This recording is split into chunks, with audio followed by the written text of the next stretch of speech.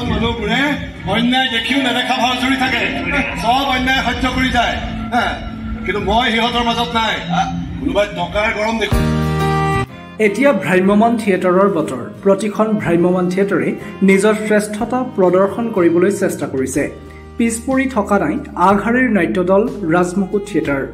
2009-10 নাট্যবৰ্ষত হেঙুল থিয়েটাৰৰ জৰিয়তে আত্মপ্ৰকাশ কৰা জনপ্ৰিয় অভিনেতা প্ৰসেনজিৎ বৰাই 2024-25 নাট্যবৰ্ষৰ ৰাজমুকুট থিয়েটাৰত অভিনয় কৰিছে। ৰাজমুকুট থিয়েটাৰৰ 3খন নাটক দৰ্শকে আঁকোৱালি লোৱা বুলি উল্লেখ কৰে অভিনেতা প্ৰসেনজিৎ বৰাই। ভাল, খুব ভাল। প্ৰথম দিনা আমি এখন নাটক কৰিলোঁ, ৰঞ্জিত কুমাৰ দত্তদেৱৰ ৰচিত আৰু ৰাজেশ মেহতাবৰ দ্বাৰা পৰিচালিত নাটক, এখন পাৰিবাৰিক আৰু সামাজিক নাটক। দৰ্শকে খুব ভালকৈ উপভোগ কৰিছে, খুব ভাল পাইছোঁ বুলি কৈছে। আৰু আজি প্ৰথম আমি দৰ্শনী মহাৰণৰ বলীয়া ঘোঁৰা, এতিয়া দ্বিতীয় দৰ্শনী আৰম্ভ হৈছে। গতিকে খুব ভাল, মানে নাটকখন চাই খুব ভাল পাইছোঁ বুলি কৈছে দৰ্শকে। বিশ্বৰ এক বিৰল উদ্যোগ আমাৰ ভ্ৰাম্যমানৰ উদ্যোগটো। সমান্তৰালকৈ ভ্ৰাম্যমান উদ্যোগটো সম্পূৰ্ণৰূপে থলুৱা লোকৰ সমাহাৰ। অসমৰ বহু পৰিয়ালৰ উপাৰ্জনৰ পথ ভ্ৰাম্যমান উদ্যোগটো। ভ্ৰাম্যমান উদ্যোগটোৰ বিষয়ে অভিনেতা প্ৰসেনজিৎ বৰাই উল্লেখ কৰে এইদৰে।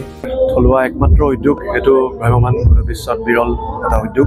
গতিকে অসমীয়া মানে আমিয়ে জীয়াই ৰাখিব লাগিব।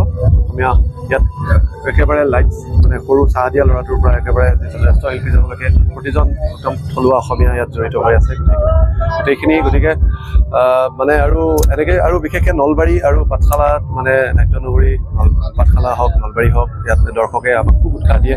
আৰু এনেকৈ ধৰণে চাই গোটেই অসম, আচলতে সমগ্ৰ অসমতে ভ্ৰাম্যমান উদ্যোগ আমাক ছাপোৰ্ট কৰিব লাগে। এজন শিল্পী কলা কৌশলীৰ মানে একোখনকৈ ঘৰ পৰিয়াল চলি আছে ভ্ৰাম্যমান উদ্যোগৰ পৰা। গতিকে এই উদ্যোগটোক জীয়াই ৰাখিবলৈ অপ্ৰাণ চেষ্টা কৰিব লাগে আমি অসমীয়া হৈ। কেমেৰা আৰু মঞ্চ দুয়োটা মাধ্যমতে অভিনয় কৰি ভাল পোৱা প্ৰসেনজিৎ বৰাই বহু বছৰ ধৰি ভ্ৰাম্যমানত অভিনয় কৰি আছে। সেইবাবে অভিনেতাজনৰ ভ্ৰাম্যমান বেছি প্ৰিয়।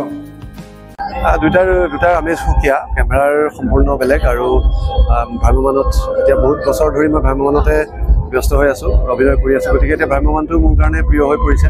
মঞ্চত মানে ইয়াত কোনো মানে একদম পূৰা মুকলি হৈ থাকে, অভিনয় খুলি কৰিব পৰাকৈ হেৰি থাকে। ইয়াত এইটো মানে এক্টৰ্ছ মিডিয়া, ইয়াত ধৰক এক্টৰে যিমানখিনি ইয়াত কৰিব পাৰে, আৰু আপোনাৰ কেমেৰাত অলপ ধৰা বন্ধা নিয়মৰ মাজত কৰিব লাগে। তথাপিও কেমেৰাৰ কাম কৰি থাকিলে কেমেৰাও ভাল লাগে, কৰি ভাল লাগে। এতিয়া মঞ্চত যিহেতু কৰি আছোঁ, গতিকে মঞ্চটো মানে এতিয়া মোৰ প্ৰিয়। আৰু 2025-26 নাট্যবৰ্ষৰ বাবে হেঙুল থিয়েটাৰৰ সৈতে চুক্তিবদ্ধ হৈছে অভিনেতা প্ৰসেনজিৎ বৰা।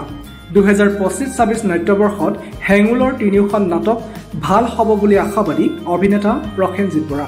অহা বছৰ মই হেঙুল থিয়েটাৰৰ লগত চুক্তিবদ্ধ হৈছোঁ। হেঙুল থিয়েটাৰৰ ইতিমধ্যে 3খন নাটক ঘোষণা হৈ গৈছে। এখন প্ৰণৱ বৰুৱাৰ পাগল থানা, আৰু অভিজিৎ ভট্টাচাৰ্যদেৱৰ এচিড, আৰু প্ৰণৱ ভৰালী তেখেতৰ ভাইৰেল গান্ধী।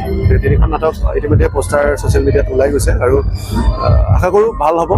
আটাইকেইখন নাটকেই অলপ গম পাইছোঁ, ভাল লাগিছে।